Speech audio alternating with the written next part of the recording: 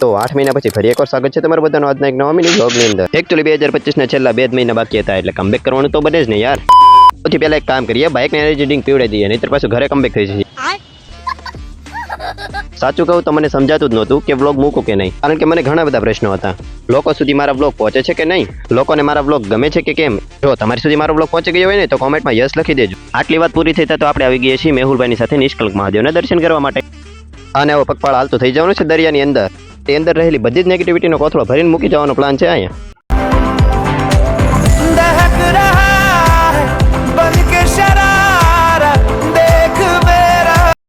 ઓહો, તમે એકવાર આનો નજારો ચેક કરો.